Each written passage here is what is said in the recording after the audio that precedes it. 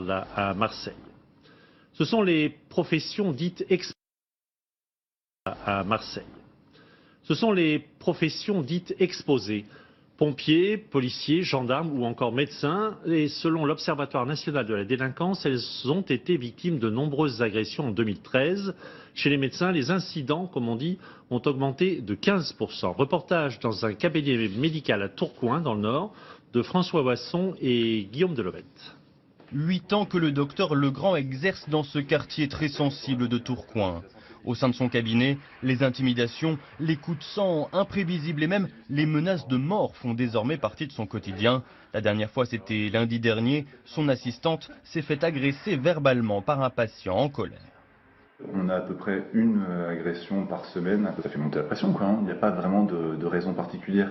Ça va être sur quelqu'un qui a doublé en salle d'attente, ça va être sur un temps d'attente qui est trop long, un refus d'arrêt de travail, un refus de médicaments.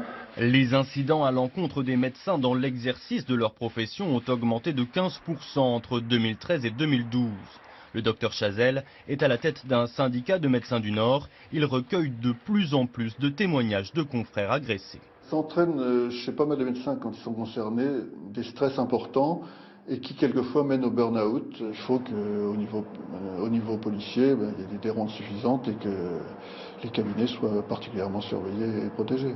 À Tourcoing, pour assurer sa sécurité, le docteur Legrand a pris les devants. Il y a quelques mois, il a fait blinder les fenêtres de son cabinet. Une bonne intuition, car récemment, en pleine consultation, un individu a jeté un parpaing sur sa façade.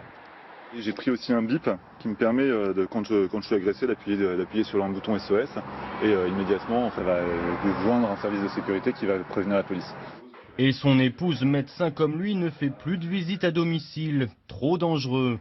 Pour autant, l'un comme l'autre ne souhaitent pas quitter Tourcoing, car leur cabinet est le seul pour les 8000 habitants du quartier.